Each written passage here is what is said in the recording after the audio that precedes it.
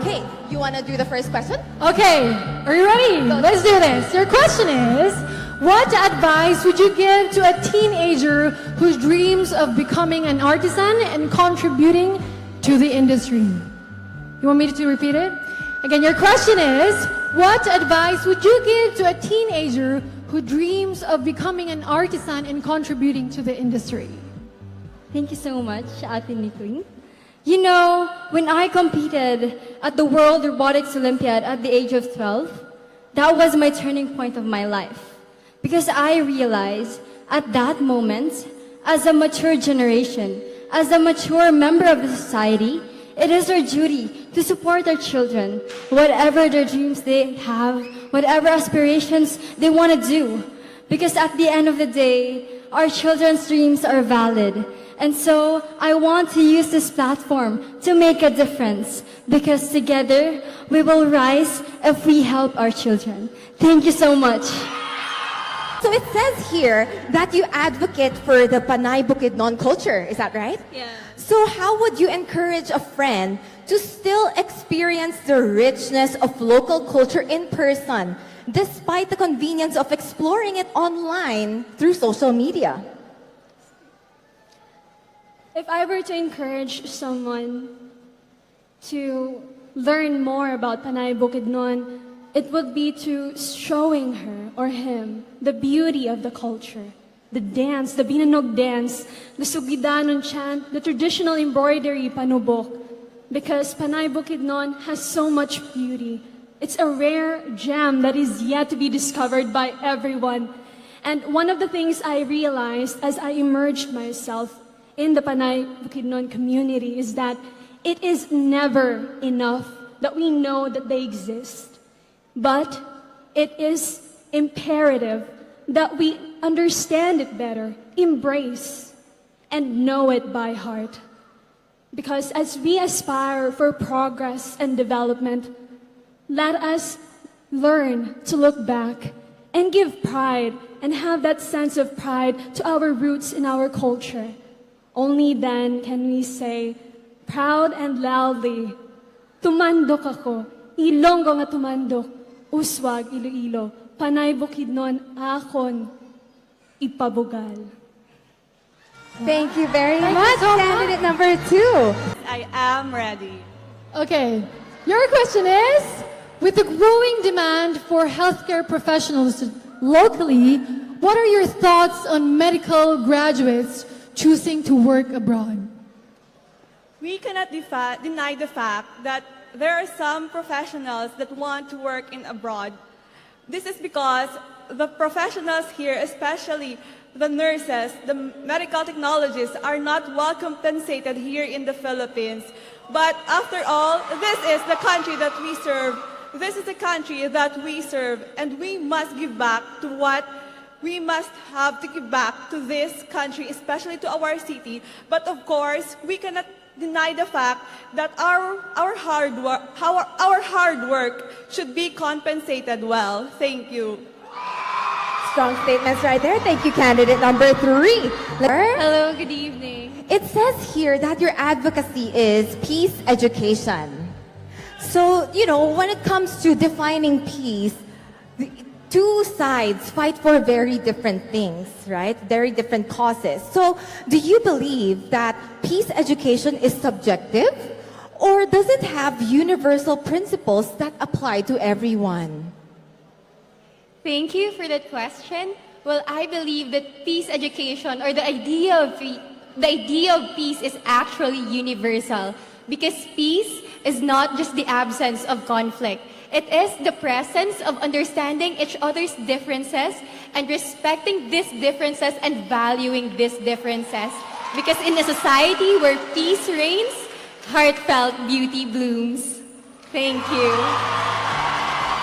Thank you, candidate number 4. Do you feel relief na hindi na mabigat ang yung binubuhat mong sashes kanina? I thought I was about to cry out of gratefulness. That's all I felt. Yeah, to be recognized, diba? And now this time, the first challenge of the night, your preliminary interview. Ready for your question? Yes. Your question is, Scientific studies often explain the importance of watersheds. How would you simplify this concept to help ordinary people understand and appreciate it? When I was a kid, me, my siblings, and my cousins would often visit Dahat Dam or the Maasin watershed that's been declared by the DENR as a nature reserve. Years later, I thought in joining Miss Iloilo that this Dahat Dam is just about a 30 to 45-minute drive from the airport. So why don't we bank on that fact, especially given that the Maasin watershed supplies clean, fresh water source to thousands of Ilonggos, hundreds of communities. So how will I explain this in layman's terms or to the grassroots? I would ask them very simple questions. How are we supposed to live each day without drinking water to sustain our bodies? Can we imagine not having a bucket of water to bathe our bodies with, to cleanse our bodies? And last but definitely not the least, how can we thrive as a community in general, especially the Ati community that is very prevalent in our hometown Maasin, without the beauty and the importance of the river? Bakbakta Maasin. Thank you so much, candidate number 5. Hello, candidate number 6. Hello, good evening. So you advocate to rewriting her story. So here is your question. When rewriting our personal or collective stories, should we leave the past behind and move forward? Or is it important to always carry it with us? They always say that past is part of our present. But I do believe that each and every one of us has the freedom to choose if these past experiences, are we going to use it as a powerful tool to create a meaningful impact in our life? And I myself, during my teenage years, I've experienced bullying, but those experiences didn't hold me back. Instead, I use it as a powerful tool to learn and grow. And now I'm standing here in front of you all wearing my most authentic shoes, my most divine shoes, ready to conquer the world and also to share awareness about my advocacy. And together, let's create a community where each and everyone feels seen, heard, and valued, especially women. That would be all. Thank you. Thank you, candidate number 6. Uy, grabe kayo ah! Kasi sabi niyo, authentic and divine shoes. Sabi ko, saan ba nabibili yon? Ikaw tumingin ka rin. No comment. Kahit ko ka! Kasi hindi authentic Authentic and divine shoes. Okay, thank Let's you. now move on to Let's go on to candidate number 7. Are you ready? Yes. Okay, your question is, what are some practical benefits we can gain from learning and applying space science in our daily lives? As we all know that science is everywhere, what do we have one thing in common in this room? And that is a zipper. It is a mechanical tool that helps us every day. But one thing that I can share to you today is a knowledge where I, as the Vice President of the ESATU Space Society, is the satellite. We may lack resources, but that's because we are limited to these certain scene. But satellites can produce us and help us, just like flood mappings, building, agricultural mappings. This is a blood of progress. Science is the blood of progress. Thank you. Okay, so it says here you advocate for rural workers' welfare. So my question now is, how do children in rural workers' families still dream despite the struggles that shape their lives differently? You know what, Nikki, Nicole, I am really a dreamer. And while working hard alongside my mom in the farm, I started to dream. But those dreams were shattered when she had to go abroad to support our family.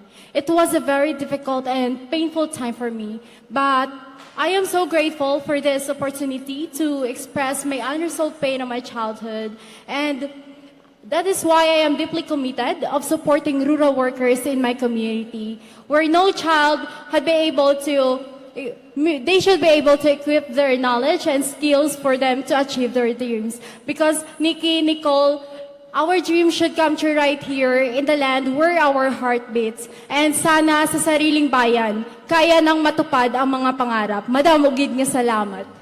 Thank you very much. Because true empowerment, diba, is getting rid of the disadvantaged position you're in and finding your strength to overcome that. Napatest ako eh, kasi sabi niya, Nikki, Nicole, you're not Nikki, Nicole. listening. O, Pamati. tumalon ka eh. You know what's pamati? You know what's pamati? She said pamati. Listen. Yun na nga eh. Kaya napa-recite ako. Very good job, candidate number 8. Up next, we have candidate number 9. Ayong gabi sa inyong tanan. Okay. Your question is, despite trends, how can you inspire the youth to embrace upcycling and move away from the comfort of fast fashion? Yes, my advocacy is all about sustainable fashion. And this advocacy is very close to home. It's all about a young girl who has little but has much more to express and to give to others. Well, for this, I wasn't really born rich, so whatever that's in my plate, I take it. And all of my clothes are from thrifted stores and hand-me-downs. So whenever I go out, I just don't feel confident wearing it, but I have to because it's the only thing I have. Not until my mother taught me how to sew. By that time, I was able to revise my tops, my dresses, and that's when I was able to wear the tailored fit type of dresses. And that's why my main community is the youth. Because when I was able to wear that tailored fit dress, it gives me a boost of confidence to flaunt it. And with that sustainable fashion that I've done, it's just not us, trying to help the world or help the living things here, but it's also trying to find your authentic self through style. And that's what happened to me, and that's I'm able to give out to the youth community as well. Thank you. Thank you so much, candidate number 9. Thank you. Lastly, we have candidate number 10. Hello, candidate number 10. Matamis sa gabi, Iloilo! Grabe, tamis nga naman talaga ng greeting na yan. Yes, because I am from the sweet city in the heart of Panay. Oh, wow. Okay. So it says here that you advocate for women and children empowerment.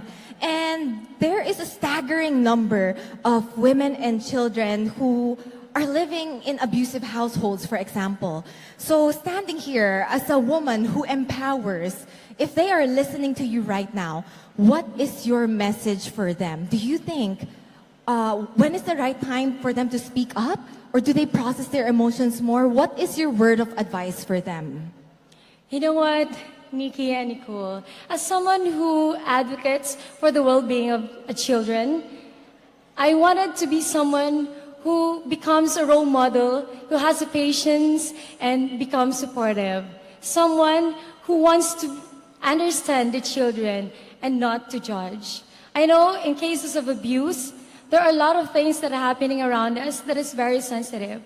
And these children, they have their own ways of handling their traumas and pains. There are some who has the courage to speak up right away. And there are some who needs time to be able to understand their situation. But most importantly, we, the adults, should the one to understand them. That is why the healing begins if we should understand them. Give them the value, the care, the love, because by that, they would know that there is someone standing with them, and that is us. Thank you. Thank you very much, candidate number 10. That was a heartfelt answer. Thank you so much. Yes, because if they cannot find love in their household, it is our responsibility as their as our community to give that to them. Talagang totohanin natin yung trend na we listen and we don't judge. Diba? Sometimes we just need to listen to them, right?